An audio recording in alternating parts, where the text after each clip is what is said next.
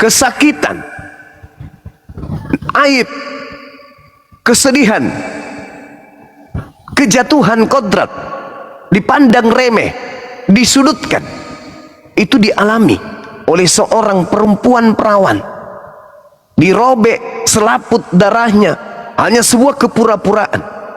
Lalu yang diuntungkan adalah para pesina, para pelacur, perampok, pelakor, Dracula, apalagi kanibal.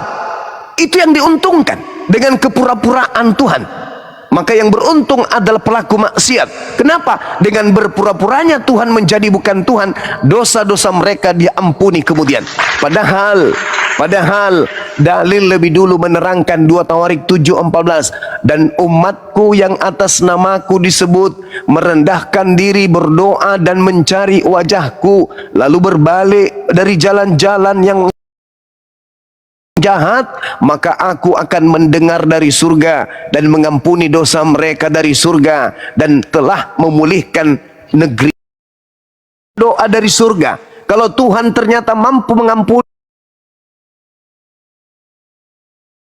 dosa-dosa manusia dari surga, dan Tuhan kemudian mampu kemudian melakukan apapun dari surga, lalu buat apa dia merugikan seorang wanita perawan bernama Maria? Dan apesnya, Tuhanku adalah anakku sendiri, anakku adalah Tuhanku sendiri, aku lebih tua daripada Tuhanku, dan Tuhanku kemudian adalah anak bayi yang kususui, yang kusuapin, yang kucebokin, yang kumandiin. Lalu setelah dia dewasa, aku harus tunduk berserah diri menyembah kepada anakku sendiri yang adalah Tuhanku sendiri. Lalu buat apa otak ini disimpan?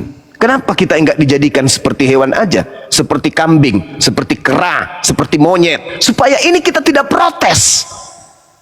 Kenapa kita harus menjadi manusia yang berakal, sehingga nilai-nilai yang muncul kemudian menjadikan objek yang tidak rasional, menjadikan sebuah nilai yang tak bernilai, menjadi sesuatu yang tidak berwarna, ketika akal mencari ketukan-ketukan kebenaran itu, tapi kebenaran itu hanya sebuah kepura-puraan.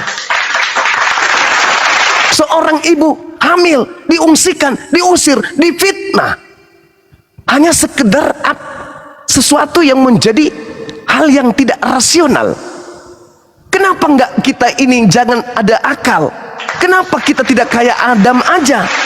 Mereka telanjang ria, bisa menikmati makanan-makanan apapun selain daripada yang satu itu. Kenapa enggak seperti Adam saja, seperti kambing, seperti sapi? Mereka tidak punya hukum, mereka tidak punya aturan, maka hidup sebagai makhluk Tuhan sama di hadapan Tuhan. Bedanya, kok kita harus ada neraka sih? Kenapa enggak kayak ayam saja?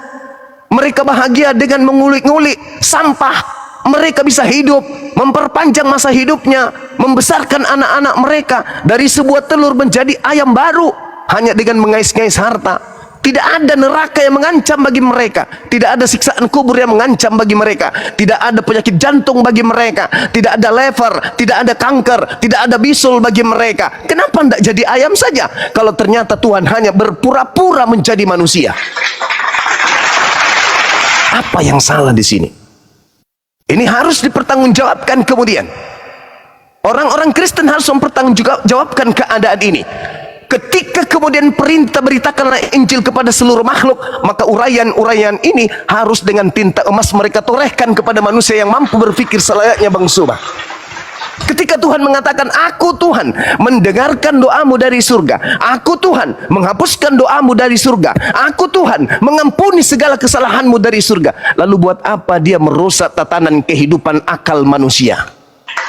Untuk apa dia harus membuat manusia itu gila sampai dia harus menutup malu di hadapan orang-orang yang berakal? Tuhanmu mati, Tuhanmu ditombak, Tuhanmu bla bla bla. Untuk apa? Melahirkan sebuah dosa dan fitnah terhadap manusia sesama manusia.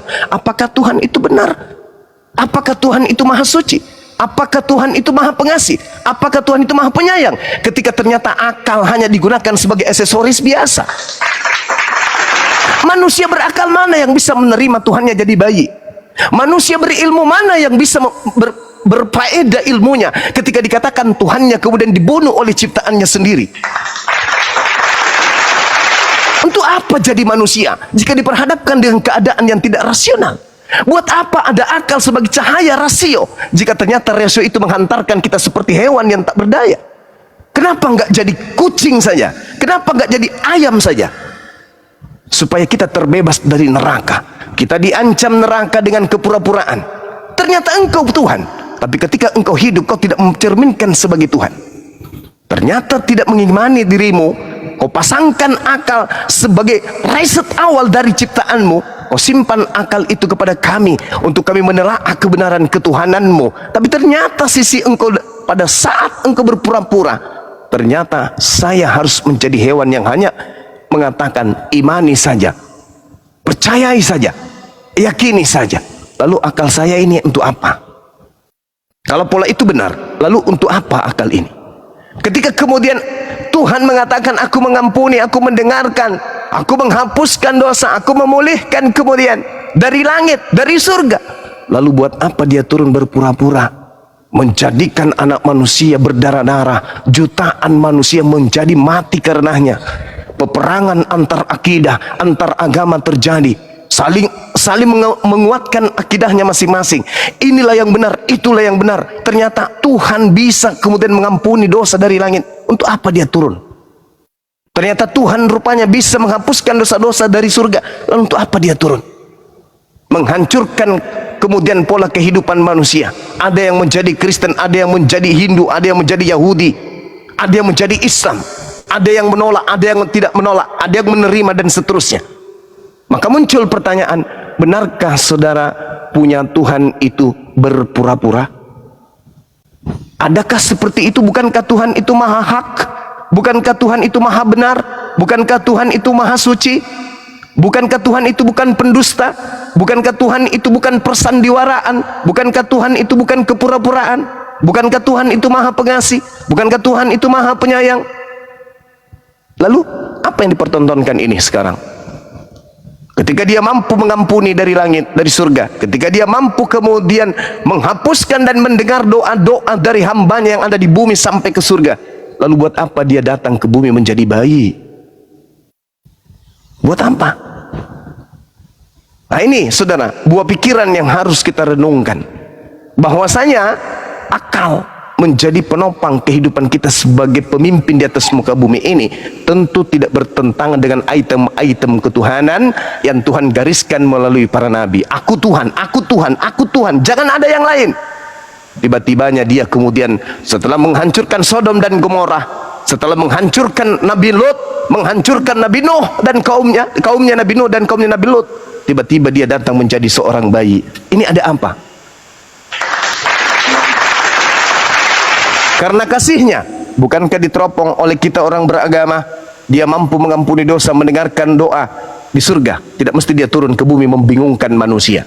Saya kira begitu kawan. Ya, mudah-mudahan apa yang saya pertanyakan ini ada jawaban, ada solusi.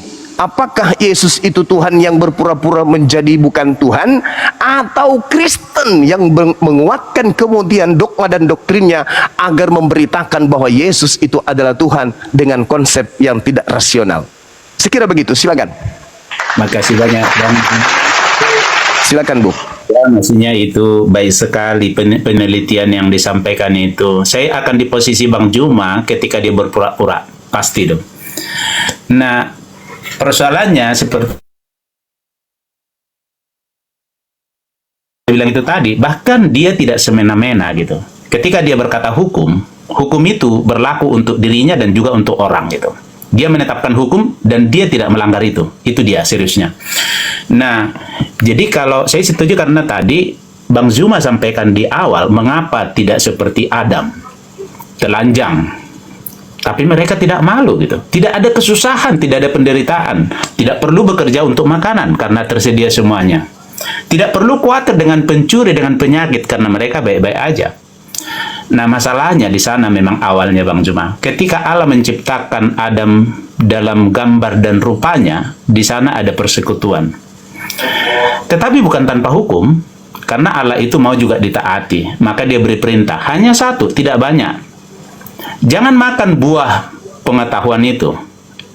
Lalu, itulah perkataan, sebenarnya itu, karena dikatakan Allah kalau makan pasti mati.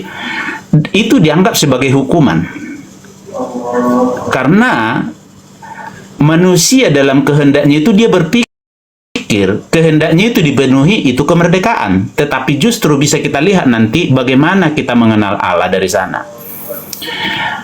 Hukum yang diberikan jangan makan buah pengetahuan itu, karena makan pasti mati. Sebenarnya kalau dibalik begini tuh, agar kamu hidup, kan begitu. Ya jangan makan. Nah, kira-kira begitu. Di sana ada buah beribu-ribu, banyak sekali buah, semua baik gitu. Hanya satu yang dilarang. Padahal bebas dia makan yang lain gitu. Persoalannya kita tahu dalam cerita kemudian, karena iblis menggoda mereka dengan keinginan mereka itu, dibangkitkan keinginan, dikatakan memang akhirnya mereka tidak mengerti perintah yang mana yang jelas. Iblis berkata begini, pasti Allah katakan jangan makan semua. Tetapi Hawa sepertinya tahu tetapi tidak penuh. Oh bukan, hanya satu yang dilarang. Karena kalau dimakan atau diraba pun kami mati. Padahal sebenarnya Allah berkata tidak perlu seperti ditambahi Hawa itu sedikit. Padahal dikatakan jangan makan pasti mati. Tapi dia berkata kami raba pun, kira-kira gitu. Jadi, nah di sana iblis langsung sekak langsung di sana. Oh tidak betul kamu mati, tapi kamu seperti Allah tahu yang baik dan yang buruk. Nah di si keinginan Tuhan ini ingin seperti Allah. Anehnya mereka kan diciptakan dalam rupa dan gambar Allah. Tetapi mereka malah ditipu, kamu seperti Allah. Padahal tadinya mereka seperti Allah memang. Seperti Bang Juma sampaikan, mereka bergaul. Tetapi itulah tipuan keinginan. Maka pendeknya mereka makan. Berarti jatuh.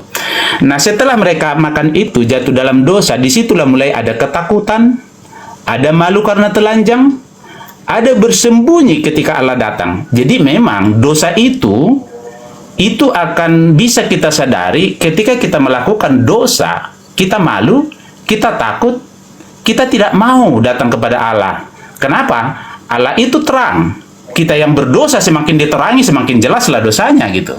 Jadi kita takut itu. Nah, tetapi bagaimana lagi? Karena Allah sudah berkata pasti mati, berarti ada hukuman. Allah tidak boleh mencabut itu. Tetapi di dalam kemurahannya, dia sebenarnya tidak mau Adam itu binasa. Tapi karena pelanggarannya, hukum Allah menetapkan itu.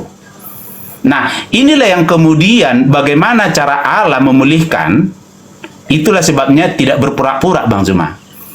Jadi, dikatakan, kalau kita baca Ibrani 1 ayat 1 dan 2 dikatakan begini.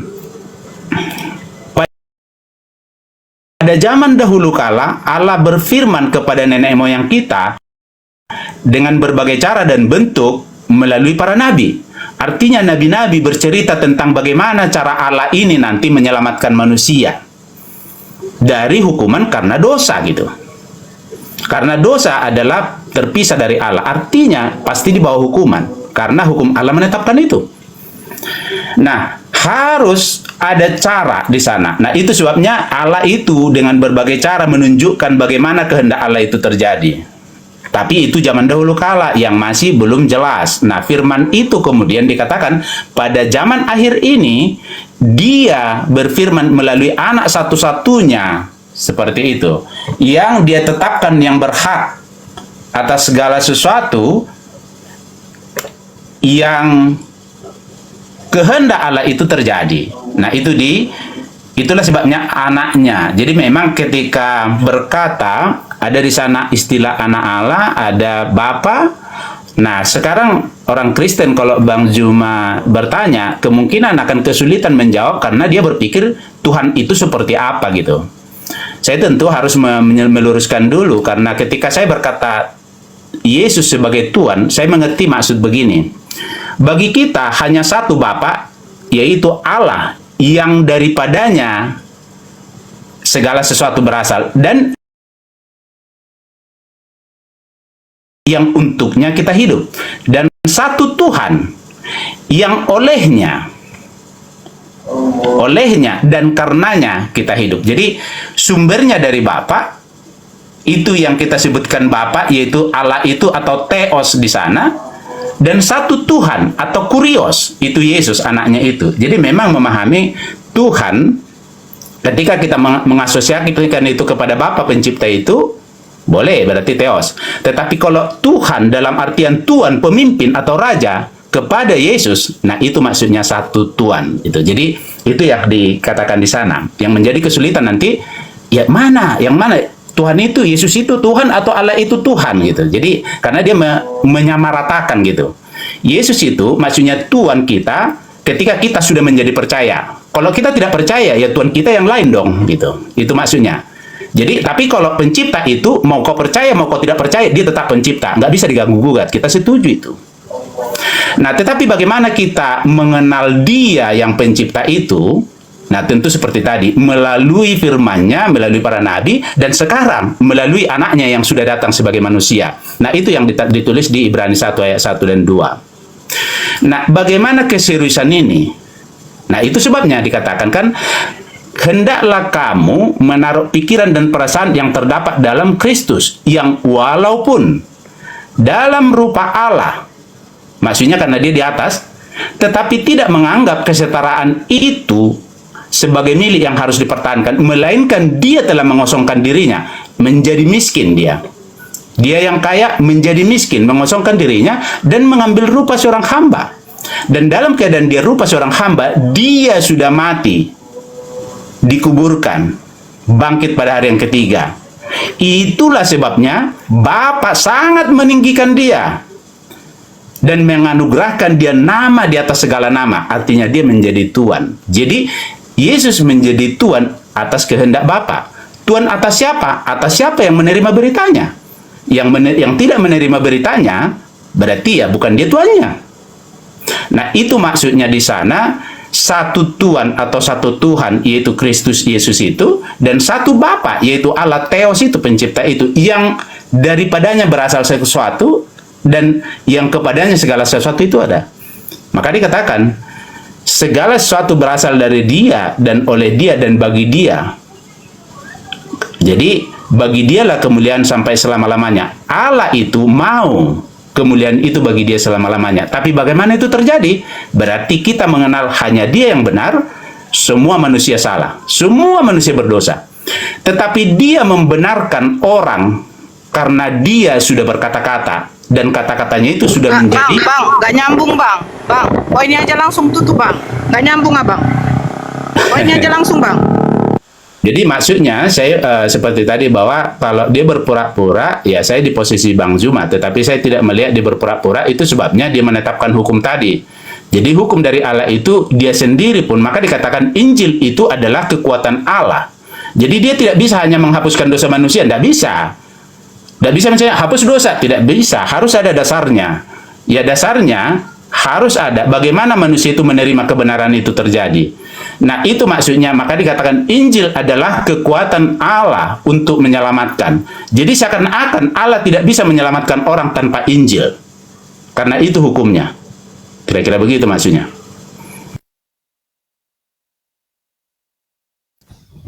Iya.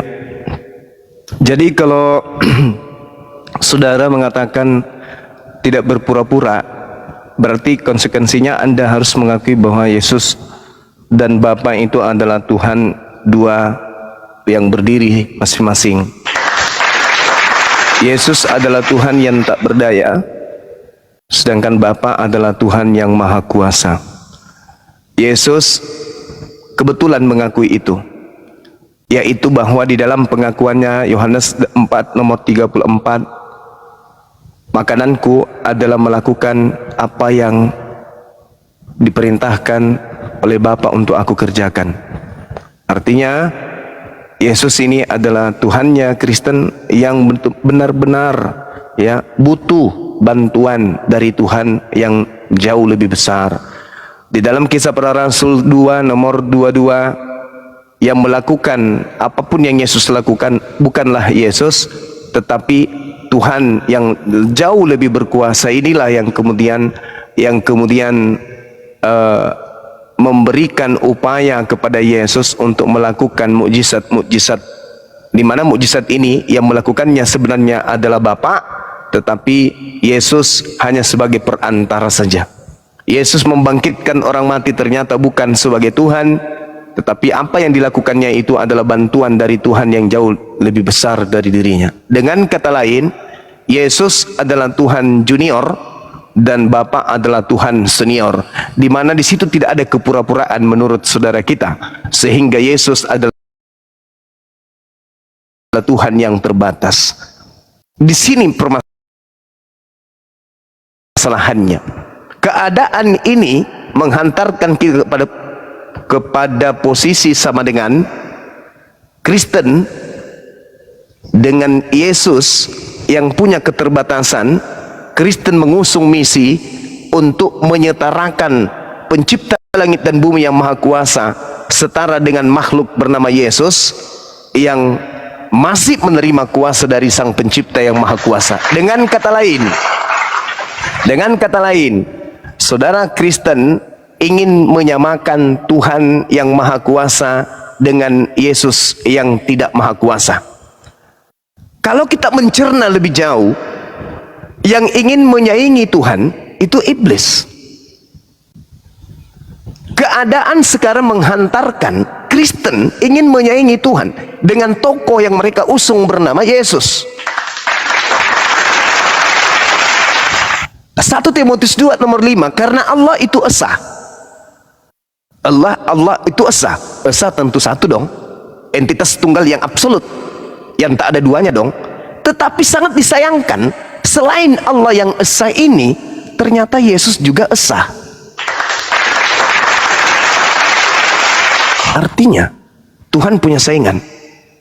Allah atau Elohim yang dikatakan oleh kitabnya orang Yahudi, yang esa tadi, yang ahad, Shema Israel, Adonai Eloheinu, Adonai ahad.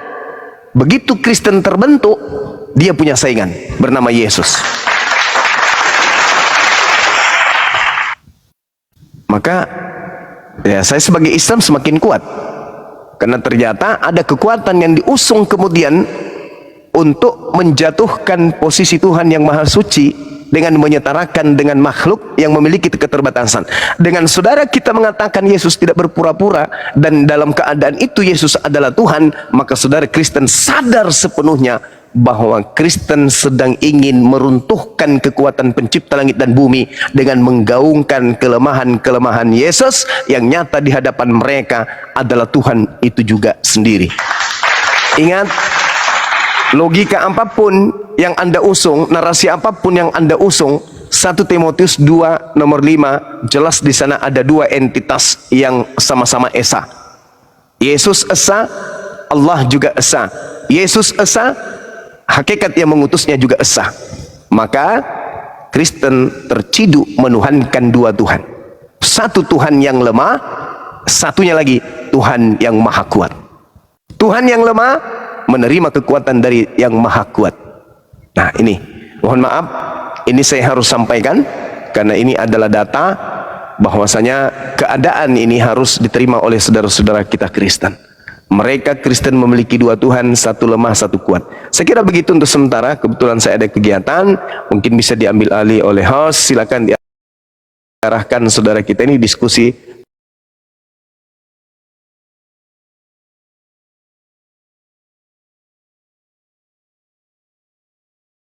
Tetaplah berkarya. Iya, silakan. Selamat sore Bang Juma.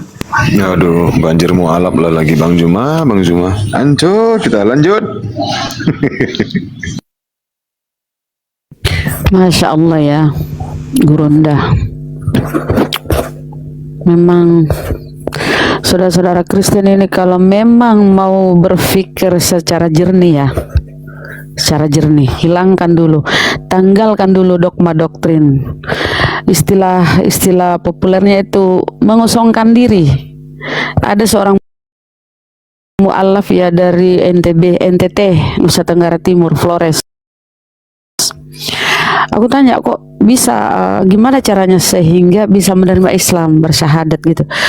Ya waktu itu aku mengosongkan diri Bun, aku heran aja, aku kaget aja. Ketika saya berdoa kebaktian di gereja, yang ada di pikiranku itu, Tuhan saya kok mati. Tuhan saya kok dibunuh oleh ciptaannya. Tuhan saya kok dilahirkan. Jadi ketika dia dalam keadaan berdoa, berkecamuk itu kan batinnya berkecamuk, bertolak belakang nuraninya. Di pengaruh puasa ya. Nuraninya bertolak belakang tuh. Nanti kapan-kapan ya aku ajak dia masuk membuat kesaksian. Jadi mulai dia gelisah, mulai dia menolak ke gereja. Ditegurlah sama saudaranya, kan sudah nggak ada orang tuanya. Ditegur, kenapa dek kamu nggak ke gereja? Bang, masa Tuhan kita mati? Masa Tuhan kita dilahirkan bang? Gimana ceritanya? Ditanya lagi pendetanya. Tanya kamu ke pendeta dek. Tanya pendeta. Pendeta itu nggak mau jawab. Udahlah, kau kurang iman ini bla bla segala macam. Nah, mulai berontak batinnya. Akhirnya apa? Nggak sanggup lagi kali ya. Terus dipaksa ke gereja. Kabur dia kan? Kabur dia mencari kebenaran ke daerah Jawa Timur. Di sana lah dia mulai belajar mencari, walaupun kerja setengah mati ya, membantu sebuah di rumah tangga, kerja di rumah tangga lah. Tapi nggak akalnya bertolak belakang dengan nuraninya, imannya bertolak belakang dengan hati nuraninya, mencari tahu dia segala macam. Akhirnya sekarang malah dia yang balik membantu saudaranya itu yang di Flores sana. Dia kok menyampaikan alamatnya bla bla segala macam, dan bahkan kakaknya itu yang sekarang pendeta katanya ya, dia akan berusaha supaya menyadarkan kakaknya, dan insya Allah katanya ada 3 keponakannya ini sering dialog sampai larut ya via WhatsApp ya sama saudara kita yang mualaf itu, dan katanya insya Allah dia akan menerima Islam. Alhamdulillah ya. Nah, kita tunggu kabar baiknya aja. Tapi begitulah teman-teman saudaraku ya, saudara sesama bangsa, saudara Kristen. Kalau benar-benar Anda mengosongkan diri ceritanya, kosongkan dulu dari pikiran dogma doktrin. Kemudian masukkan tadi apa yang disampaikan guru kami ya, Bang Zuma ya. Abang kami coba tanamkan di jiwa Anda, di pikiran Anda. Insya Allah teman-teman ya, saudara ya, karena boleh menanggapi? Jadi saya sedikit bang, saya menyimpulkan, boleh bang. Ya, mengulangi sedikit dari pernyataan Bang Zuma tadi ya. Di 2 Tawarikh pasal 7 nomor 14, di mana di situ dikatakan Tuhan mampu mengampuni dosa umat manusia dari surga. Erik, Ya, ngapain musik dia loh, harus masih orang masih YouTube Bang Erik, YouTube kena musik Bang Erik, ada musik. Itu suara nada dering. Lalu kenapa Tuhan harus menjadi manusia? Ketika dia menjadi manusia justru membuat kekacauan di antara kita. Masuk di akal nggak? Seharusnya dia kalau emang datang ke dunia, dia membawa kedamaian. Malah kedatangannya membawa kekacauan bagi kita. Ada yang mengakui, ada yang tidak, ada yang berkhianat.